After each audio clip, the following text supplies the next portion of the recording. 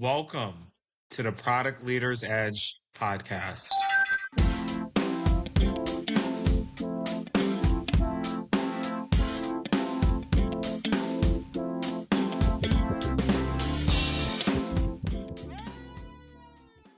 Welcome back to the Product Leaders Edge podcast. I'm your host, KJ Green. I am a product leader, entrepreneur, and a lover of all things technology. And today's guest is a very, very special guest. We go way back, way back. Today's guest is redefining what it means to build a consumer brand with intention. Lexx Mills is the CEO and co-founder of Stursi, an award-winning and non-alcoholic cocktail brand rooted in sisterhood, health, and zero compromise. Lexx, welcome to the show, and please introduce yourself to the audience. Thank you so much for having me, KJ. I feel like you summed it up very, very well. But I think a great place to start is our origin story, why my sister and I created Stursi. So my sister Liv has been a mixologist for over a decade. She's a certified specialist of spirit, but alcohol started causing her health issues. So we wanted mocktails that taste like real cocktails. So we created Stursi. We went on this journey over about 2 years, figure out how to get amazing recipes in the cans. We started off in a commercial kitchen, making it ourselves and doing mocktail bars for corporate clients. Meanwhile, doing all this other work behind the scenes. And in August of 2025, we launched our premium mocktail line. So very excited about just the journey ahead. Very thankful for all of the support and the recognition that we've gotten over the last few months. I'm just excited to keep this thing going 'cause we got to go straight to the top. I've been following y'all from the very beginning and through the name change, through let's talk about that. Like, Yes. what happened? I mean, we love the current name and the current brand that you all Mhm. have pushed forward, but let's talk about the name change a little bit. Yeah, so we started off with Revel, which is now one of our flavor names. And we went to when we were doing the trademark research process, we found out there was another brand called Revel. It was spelled differently, but it doesn't and it's not a mocktail, but it is in they group all non-alcoholic beverages in the same trademark category. And so essentially after several opinions, it was just like, it's probably not gonna work and you'll probably waste your money and time. So come up with something else. And we had already been out in the world as Revel. We love the name, people love the name. And so to figure out what is something else that we can love just as much, if not more. And so, we continue being out there in the world all the while for months, working on the new name. And it gave us also an opportunity to elevate our brand as well and to, yeah, just make it even more us. And so Stursi is actually our reimagining of the word sister. So Stursi is sister. And how I got that name was I was playing around with a word scramble machine and I was just putting words in there that we say as sisters, things that are associated with our brand. And one of the things that I put in there was sister, but if my sister says it, so sometimes like say my sister. And I put it in there and it came out as Stursi. And my sister saw it, and she's like, "I like that." And I was like, "Really?" She's like, "Yeah." And we just played around with the spelling. So it literally is sister. You know what, Lex? You just added to the dictionary. We need to give you an award. You just put a word in the Webster dictionary. I love it. Thank you, thank you, thank you.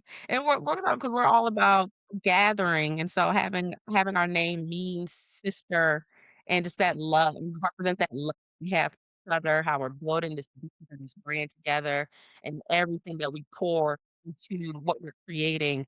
Yeah, it's just awesome. It really fits really well. So it was sad at first when we had to change it, but it's like, it was a blessing in disguise. I agree. I totally agree. And it just fits the whole narrative. God works Got mysterious me ways. working. Well, welcome to the show. One question I want to kind of lead us off with, just because we talked about the origin story, we went through talking about the name change. is Stursi started from a deeply personal health journey. Can you walk us through that moment when you realize this isn't a lifestyle change, really product gap in the market? Yeah. So my sister and I, we have been wanting to start a business together basically forever. She's always been an entrepreneur, a creative, and I've always been on the academic corporate side. And so I knew that if we came together, like we could do something really magical. But we weren't sure what that thing was going to be. And this inspiration came because alcohol started causing my sister these painful gut pains. And she realized it was alcohol that was triggering it. At the same time, when she was working at the bar, she's seeing drinking culture change, that people are not drinking. Not only are people not drinking alcohol the way they used to, but they are really craving something else. Not just the juice that's available and the mocktails that were available weren't doing it. They're like, "What else do you have?" And we were also trying the mocktails on the market ourselves, and they didn't taste like cocktails to us. It was not what we wanted. So, we knew that there was a gap that we were uniquely, able to solve. My sister, like I said, my sister's an incredible mixologist. She has always spoiled me with her cocktails. I would go to other places and be like, this ain't good." And so I knew that if there was anybody that could make an amazing mocktail, it was her. And so when she came to me with this idea, she was like, "Girl, I finally know what we doing. We doing mocktails." I was like, "Okay." And at that time, I hadn't done the market research yet. I literally was just going based off of she's on the front lines. If she's saying this is what we should do. But then shortly thereafter, I started researching the industry and realized very quickly, I'm like, oh, this is one of the fastest growing category in beverage. This is absolutely what we should be doing. And so we just got started and just put one foot. We had no idea what it would take to get here.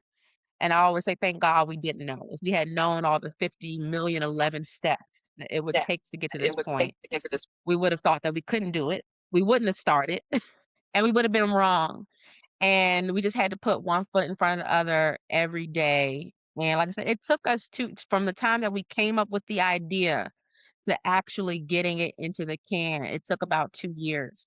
So, yeah, I'm very proud of us that we got started and didn't give up. I love that. I love that. Wow. Wow. And so organic. And you're right. Like, I think if you knew all of the steps, you would have immediately, it would have been an immediate no. We were like, "Hell no." No, we'll keep these jobs. But I love that y'all took the leap of faith. But Right. I mean, with building a business with your sister, how did that shape your relationship and early like decision making as co-founders, co-workers, sister and co-worker, Y Yes, it has it's so funny.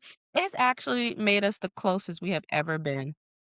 It is such a blessing to be able to build this business with my sister, and my mom is in it with us too, and it's like we have our own little sorority. As we're building this business, we're together all the time. That's what we talk about all the time.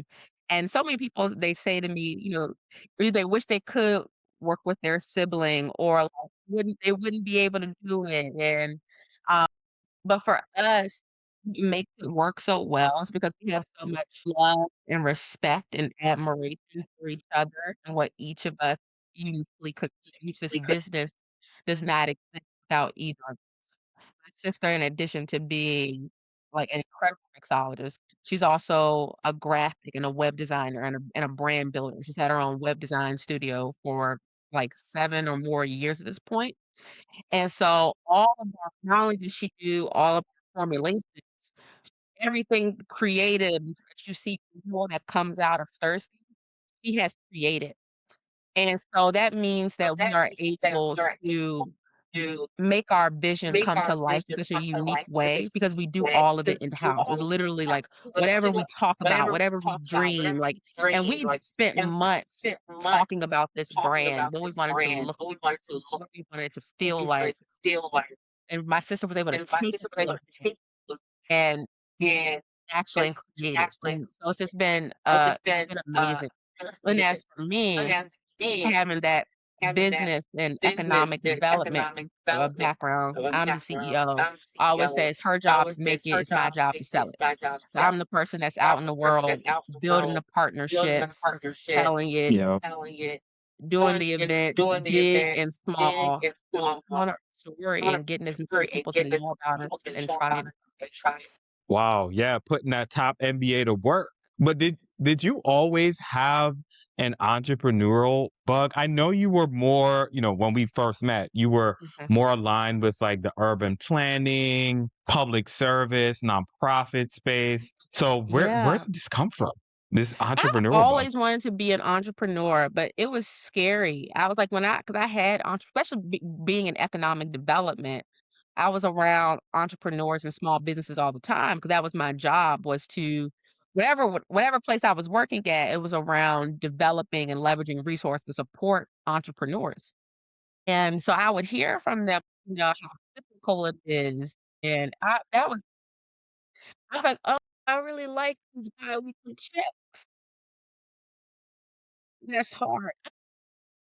Not gonna be knowing what's coming, when it's coming, and all that kinda stuff, but I always wanted to yeah, I was always interested in being an entrepreneur, but I didn't know what I would do. But while I was at Ross getting my MBA, I had, like, my first little entrepreneurial stint. I did this program that was around, like, basically helping you, like, build out a concept. And long story short, I had this relationship program. I had interviewed 41 people about their breakups because I had gotten out of a 5-year relationship at the beginning of my MBA. So I was just really curious about relationships and breakups and all that kind of stuff. And so after those, as a result, during those interviews, I was like, basically had like a blog on Instagram and was distilling what I learned from all those people into what I could also share with the masses. And so that was a thing I like was building from like nothing. Well, worked on that for about like a year and a half, did a couple of events. And yeah, really enjoyed the process of building, but definitely I would never want to be an entrepreneur by myself. I'm really like when people say it can be very isolating, that's very true. It's also a lot of damn work. And so when you have to do everything by yourself. And so even with me, my mom, and my sister, there's much so much to do. And I'm thankful that I have such an amazing team and we're continuing to build out our team because in order to grow, we need more capacity. But yeah, entrepreneurship, I would say you gotta be a little bit crazy. You gotta be a little bit crazy. It's not for the faint of heart.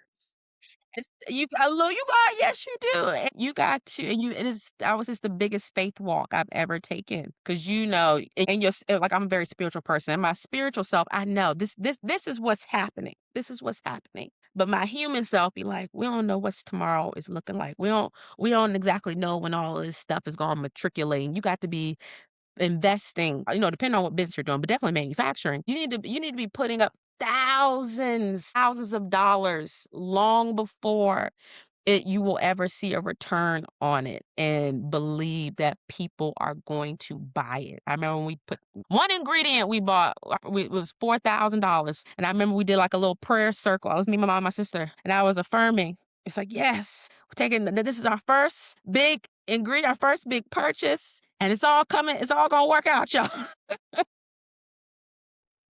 I received that. Hallelujah.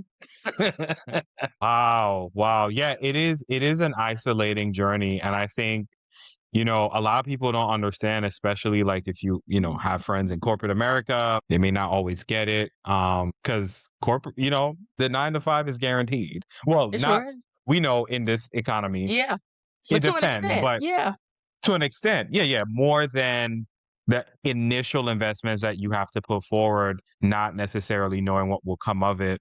But let's talk about just like how you built Stursi, the product, the brand, the trade-offs that you had to make. So Stursi positions itself as more than a mocktail. I mean, you guys like to say it as a whole damn mood, which I love. How intentional was that language and the cultural aspect of the drink? Oh, very intentional. One of the things that we saw about 99.9% of the mocktails on the market were that they were very much in the traditional health and wellness lane. So, like a white can, functional ingredients. So your for folks who don't they may not know the term like adaptogens and nootropics, but think of them adaptogens, well, like the natural ones anyway, like plant-based ingredients are supposed to give you some kind of like mood boost and nootropics. The there's non-natural ones, but anyway, natural ones or maybe give you like something like heightened focus or something like that.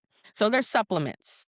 And but basically, like a supplement, a lot of them taste like medicine. And so, yes, a lot of people are choosing to moderate their alcohol consumption for health and wellness reasons. But we believe a cocktail should still taste like a cocktail. And that it is a cocktail is an indulgent experience. That is what it's supposed to be. And so we wanted our mocktails to taste like a real cocktail and to give you that full, authentic, sophisticated, bold flavored cocktail experience just without the alcohol.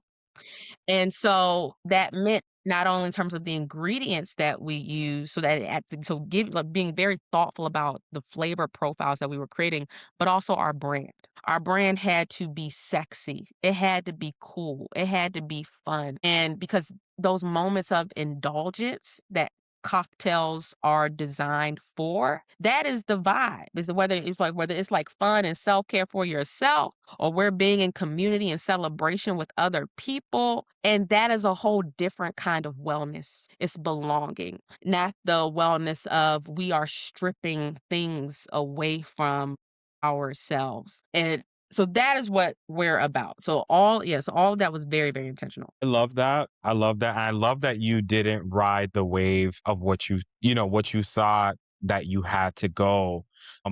Because I think a lot of brands often just kind of align to these, and I'm not knocking the plant-based,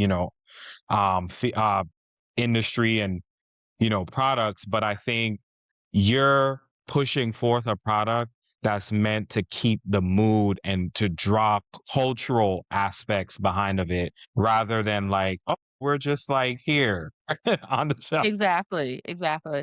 I'm just like, Yeah. I don't want one woman, she said, I will never forget this. I'm like, she gets it. And she was like, so much of the stuff on the market are sparkling vitamins in a can. And I'm like, yes, that's what yes, it's like and there is a place for that. There is a place for that, but to us, that's not a cocktail, and there are people who love that, and that's amazing, and we wanted something completely different because that's not what we wanted for ourselves, and we have met a bunch of other people that wanted what we are bringing to the market as well. So we use real fruit juice ingredients. Mhm. We use a mindful amount of real cane sugar because it tastes good, okay? And that's again, that's what we're here for. We want mindful, real cocktail experiences that still taste amazing just without the alcohol. I love that. I love that. And how did you balance just like with that intentionality of using real products, using cane sugar, skipping the adaptogens? How did you balance taste, health, and scalability as you grow? Yes, it was very challenging because we wanted it to taste exactly like what my sister made behind the bar. And of course, that's using fresh ingredients. And we were not willing to settle. And my sister had to learn how to formulate it herself and to take what she would make behind the bar and how do you turn that into a scalable manufacturing process. And it took a while. It took a while. But again, we were not willing to compromise. And my sister's a genius and she figured it out. What you'll notice a lot of things that are on the market are carbonated. Mainly, there'll be sparkling water, and extracts. And for us, choosing to use real fruit juice concentrates and purees, it's expensive. That is so being mindful of, like, how much it costs to produce a product as well. But again, it was worth it. Like, we were not going to put anything out there that we weren't proud of, that we wouldn't drink ourselves. Like, it had to align with the vision that we started with of truly tasting like a fresh cocktail, like how my sister makes it behind the bar. And we've achieved that.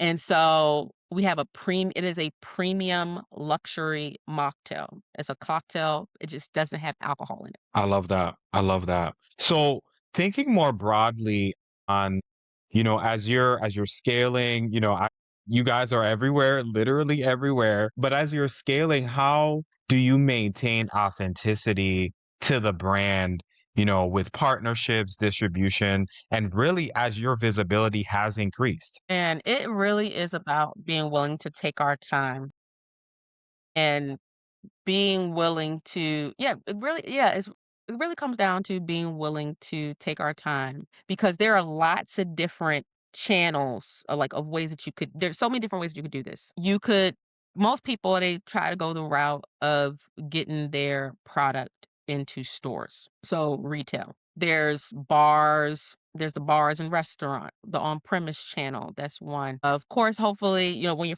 you're starting out, you have your direct to consumer. And there's even within those things, there's all kind of different like offshoots as well. Different people you can partner with. Bringing on a distributor, and we explored like all the really what we came down to is it's really important for us to be in control of the experience of how people discover and experience Stursi. So we all come from a hospitality background, and that cocktail experience has to carry through not only in the flavor of the can, but also that experience that you have with us as well. So when we show up and we do events, we show up and put so much, like, we want you to feel all of the love and passion, that hospitality and that service of of a premium cocktail experience. And we're very mindful of who we partner with and where we are selling our product, and because also there's a story that goes along with it that has to be told as well. And also the math has to math. And when you are working with these retailers and distributors and the bars and the restaurants, the amount of margin that they wanna make more money off your product than you make off. You poured your blood, sweat, and tears into making this thing, and the way they want the math work is they gonna get more than you make. It's like, I don't think so. And so that has been that has been challenging as well in terms of finding the right partners to work with, but they are there. And again, it's about taking your time and being willing to find the right partners because, you're gonna make mistakes regardless. That's just entrepreneurship, that's human, that's life. But at least when you are able to take the time and have some patience, you can take the time to find people and the opportunities that are aligned and really be able to see, what is the right next step to take. And there's definitely been so many moments, especially after we initially launched, 'cause it was a whole new phase of the business. The first 2 years were, how do we get it into the can and get it to the market? And then it was launched. It was like, "Okay, now what do we do? How do we market and sell it?" This is a whole new chapter that we have to learn how to do, and everything for us is starting from 0. Like, this is not like, my background is economic development, my sister's background is hospitality. So, this is a whole new industry for us, and having to learn how to do it from scratch and giving ourselves the grace to be able to do that, but also being able to lean on mentors, putting ourselves in the right communities and networks where we can ask questions and really get into the nitty-gritties to help us make the right decisions is really helpful. Wow. Yeah. That's really, really, really good. And I love how you laid out the different chapters because I think oftentimes, when we think about creating a business, launching a business, we don't think about the chapters that you have to go through make that happen for real. And every step you learn something different. What chapter would you say you are today that you and Liv are Ooh. in today with the business? Would say that we are in the chapter of yeah, the first thing that comes to mind is because this is what I've been telling people about when they ask, "How's it going? How are things?" I say, the first 2 years, I talked about, it was like how to get into Canada. I was like, that was like being pregnant. It's like we were pregnant for 2 years. And then launching was like giving birth. And then it's like postpartum depression. It's like, okay, no, how do I raise this child? She's crying. I don't know what she wants. I don't know what to do. And so, and that was real. Of course, after, working to build something for 2 years too, there's also, burnout that comes from that. But again, it's a whole new chapter. So you gotta rest, take a step back, and then come back in there to get ready to do to learn all these other new things you gotta do to do this thing next. And so I'm thankful for like all of the awards and the increasing the recognition. That is amazing, and it's a great stamp of validation of all the work that we put in to get to this point. But right now, we are the best mocktail that most of the world doesn't know about yet. So there is still I so love it. much yes, and my goal is that's what I'm telling people right now at the beginning of 2026. I should be saying something very, very different at the beginning of 2026. That is what we are working on this year, is visibility, and brand recognition and trial. Getting as many people to know about us and try Stursi as possible. That is what this year is about. 'Cause what we've seen is that when people try it, they're sold. But there's so many things, everyone is so busy, so busy. So being able to get that moment of attention, to be able for people to be able to have that opportunity to discover you. It can cost a lot of money, time, energy, and, we're a startup right now. And so we have to find ways to do that align with the stage that we're in. And right now we've seen like being in person, just like there's really nothing. It's being in person, it's having those real experiences with people. People get to really experience our brand the way it's meant to be experienced. And word of mouth. When people because people, of course, as we know, word of mouth is very powerful. People, oh, you tried it? It's good. Especially too, we're working within a market where there are so many bad mocktails. People have been burned by a lot of disgusting stuff. And so in food and beverage period, people need to be able to taste it. People don't want to buy stuff that they're not sure that they're going to like. That's a risk. And so we have to have as many opportunities as possible for people to be able to try it, to de-risk that decision. So they know, "Oh, this actually is really, really, really good." We love it. Our favorite thing is when people they're like, "You sure there's no alcohol here?" "Sure. 0% alcohol. I know it's good." And also too, when they're like trying to figure out like what their favorite one is, they're like, "Oh," I was like, it's like, "I love that you're having that's my favorite problem for you to have. I love that for you and for us." And in terms of tries, also why we created our tasting flights where people they get to try all three of our cocktails in for $15 because we know it's a big commitment to buy a 12-pack or a 24-pack of something that you've never tried before and you're not sure if you're gonna like it.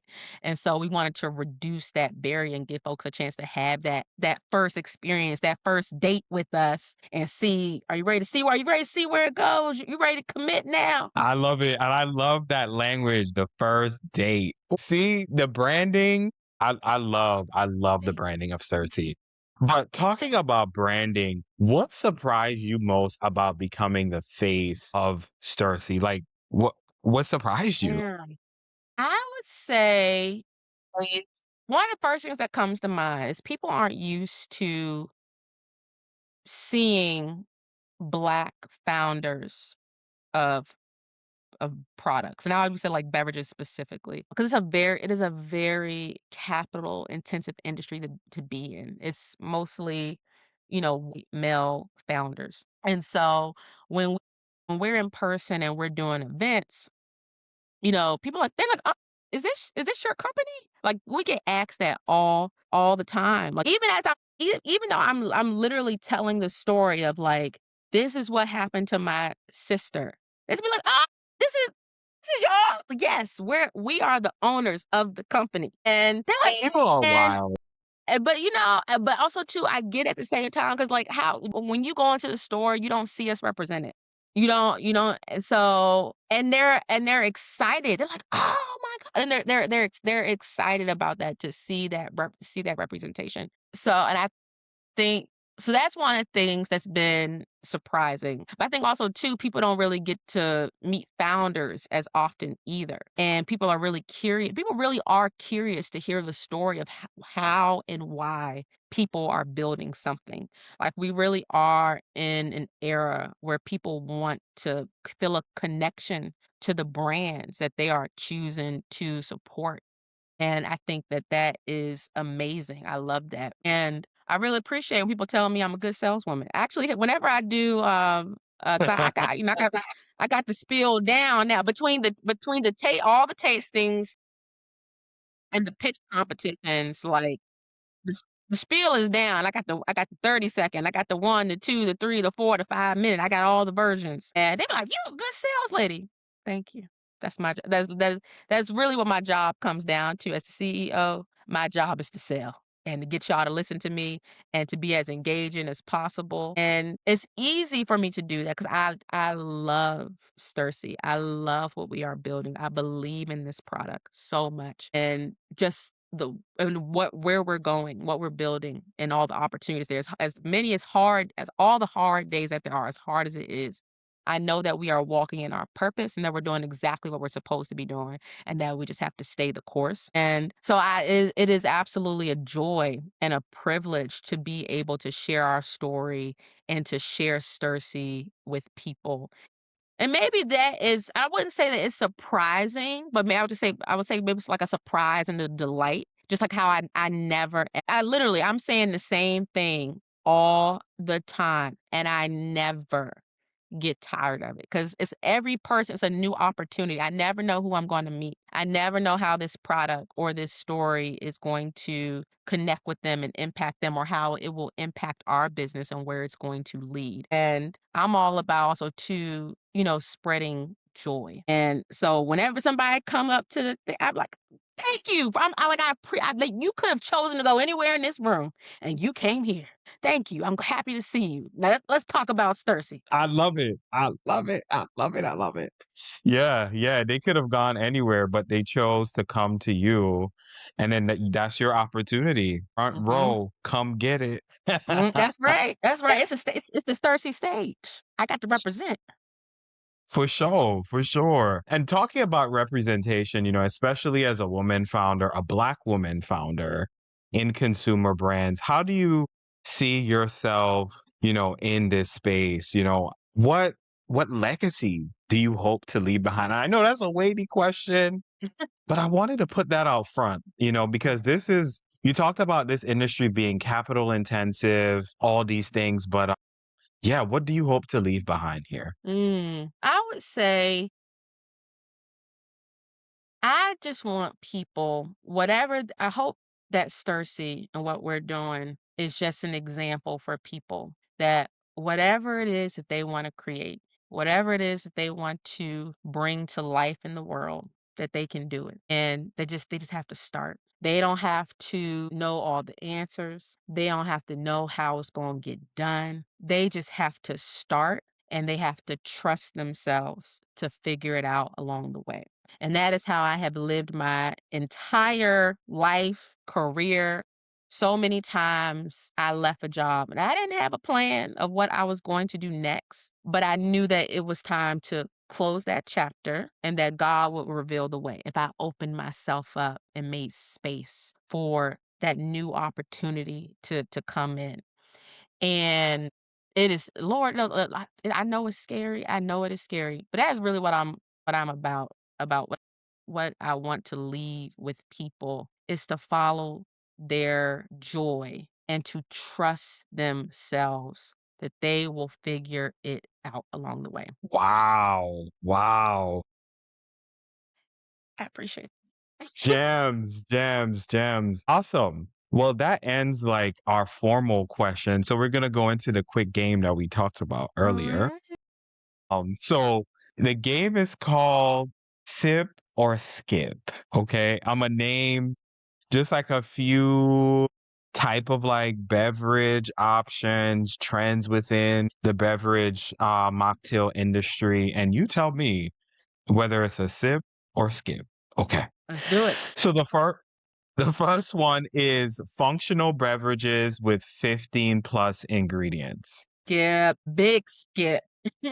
And why do we skip that? Because it is so many of these ingredients, there are value to some of them. Some of them are based in like ancient traditions and things that have been going on for a long time.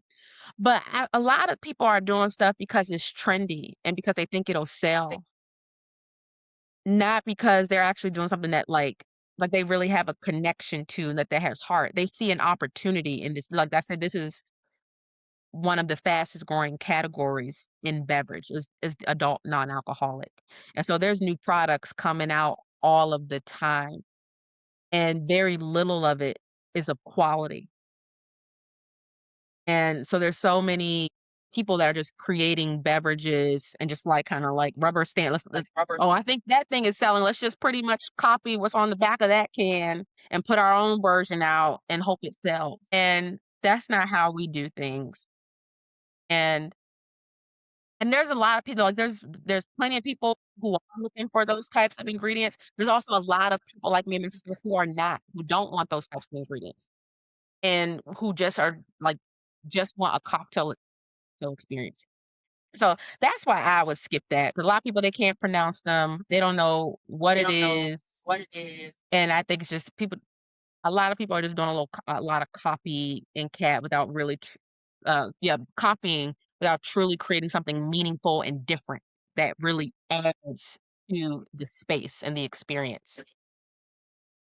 Agree. And it's crazy that you said copy because this next one I think it's pretty copy and pasty too, but you let me know. So celebrity backed beverage brands. Oh, I'm definitely gonna skip. I'm definitely gonna skip. I think there are very few there are like a handful of celebrities that, like, maybe have, like, a real connection to what they're building and what they uniquely bring, and I've read, like some think pieces on this to show like or that were like evaluating the difference between like what are the types of celebrity partnerships that are successful versus the ones that aren't. Um and it's really and really what it came down to is that if they're not truly integrated into that brand and that business and it is something that's actually like meaningful to them and they're kinda just here for the moment and they're gone.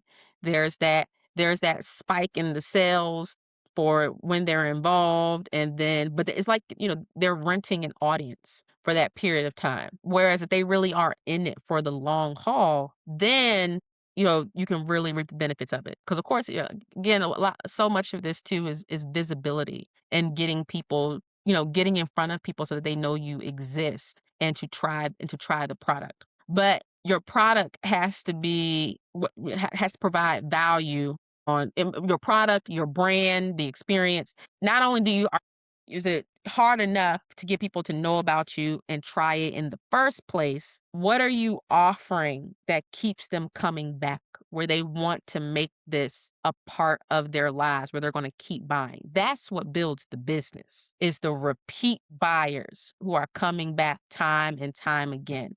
And so the quality of your product and your brand and what you're providing has to engender that repeat purchase and those people who really they wanna be a part of your community. They wanna tell people about your brand. They wanna tell help you tell your story. I agree. I agree. It can't just be a stamp. Like it cannot just be because you have a big follower. Like it has to connect. It has, and I think now in this era, post COVID, people are looking for authenticity, not just a rubber stamp. Like we're past that. So Yep. I'm glad that that resonated. So shifting from the game, one last question. I guess like what's an underrated trend in the beverage space right now that you can think of? An underrated trend. That you know, I think I'm answering this question. I think I am. I'm going to say this is not a trend. This is so pretty much I'm gonna speak specifically about non-alcoholic cocktails, so the mocktails. Like, everything on the market is carbonated, and we intentionally did not carbonate Stursi, these first 3 flavors, because most alcoholic cocktails are not sparkling, and, like, we know, like, part of a cocktail is like that is that mouthfeel, and that's why a lot of the mocktails on the market are carbonated because it wants to do something interesting on your tongue. But because like everything on the market is carbonated, it really is like it's kind of a crutch to create that kind of interesting make that interesting thing in your mouth. We think it's very easy to carbonate a product. So we purposely made ours not carbonated so that folks have the option to do what they want with it. So I'm gonna say non-carbonation is underrated. I love it. I love it. Well, Lex, it was such a great time having you here on the show. Where can the audience find you in Sturtsy? Well, where can they find? Where can they buy? Yes, absolutely. I have no idea if this is gonna be like a video or not, but I'm gonna pull out my Stursi can here. People can go to Stursi.com. So that's Stursi, Stursi.com. We manufacture in Maryland and we ship all over the country. And if you're a first timer, definitely get that tasting flight where you get one of all 3 of our award-winning flavors. Oh, that's right. I gotta tell y'all, all 3 of our flavors won in the New York City Zero Proof Choice Awards in blind tastings with cocktail experts. And we also just won a BevNet Spirits Award for Best New Non-Alcoholic Cocktail. So they are really, really, really good, y'all. Okay. It's been certified. Okay. So yes, go to Stursi.com, get your tasting flight so you can try them for yourself. What a great episode. I learned so much from you, and I'm so proud of you, proud of Liv, just proud of what you guys have built together and just the ways that you are inspiring so many people with the work that you're doing. Thank you so much, Lex. Thanks for joining the Product Leaders Edge podcast. Stursy is a masterclass in building with intention from product to purpose. Thank you again, Lex, and see you all in the next episode. My pleasure. Thank you for listening to the Product Leaders Edge podcast. If this episode gave you a new way to think about product leadership, share it with someone else who's building in the tech space today. You can follow my work on LinkedIn through my weekly series, Tech Tuesdays with KJ, and subscribe to the newsletter on Substack, which is Solostar by KJG.substack.com. And I'll link all of that into the show notes for you all. But let's continue to build at the intersection of product, cloud, and AI. Until next time, keep building.